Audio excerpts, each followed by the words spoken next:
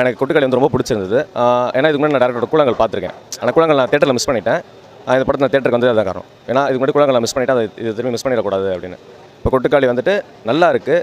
அது கம்ப்ளீட்டாக new experience. ஏன்னா நமக்கு வந்து மியூசிக் கிடையாது, டைலாக்ஸ் வந்துட்டு கிறிஸ்பியான பஞ்சஸ் கிடையாது. ஒரு சாதாரணமான தமிழ்நாட்டில் ஒரு இடத்துல, ஒரு கிராமத்தில், ஒரு பட்டிக்காட்டில் நடக்கிற ஒரு விஷயம், நடந்துக்கிட்டு இருக்க விஷயம், நடக்க போகிற விஷயம் நடந்துட்டு தான் இருக்குது. நம்ம இங்கே வந்துட்டு ஒரு சிட்டியில் உட்காந்து நமக்கு அதெல்லாம் தெரியாது. இது யாராவது சொன்னால் கூட இப்போலாம் பண்ணுவாங்களா நம்மளுக்கு தெரியாது அப்படின்ற ஒரு படம். இட்ஸ் கிவன் ஓப்பன் அண்ட் நிறைய ப்ராபபிலிட்டி கொடுத்துருக்கு. நல்லா இருக்குது. இதுக்கு முன்னாடி நம்ம வந்து பார்த்திபன் சார் நடித்த ஒத்த செருப்பு ஒரே ஒருத்தர் மட்டும் தான் இருப்பார், மற்ற எல்லாமே வாய்ஸஸ் மட்டும் தான் வரும். அது ஒரு புது எக்ஸ்பெரிமெண்ட் மாதிரி, இது ஒரு புது எக்ஸ்பெரிமெண்ட். நல்லா இருக்குது. உங்களுக்கு வந்து நிறைய பேருக்கு லேக் அடிக்கிற மாதிரி தோணிருக்கலாம். ஆனால் most of the peoples lag அடிக்காது. நல்லா என்கேஜிங்காக தான் இருக்குது படம். கண்டிப்பாக வரணும். நல்ல படங்கள் நிறைய வரணும். வெறும் கமர்ஷியல் ஹிட்டு, ஒரு ஐட்டம் சாங், ஒரு 4-5 ஃபைட்டு, லவ் சீன் மட்டும் இல்லாமல் எல்லா படமும் வரணும். நல்லா வரணும். எல்லோரும் என்கரேஜ் பண்ணணும்.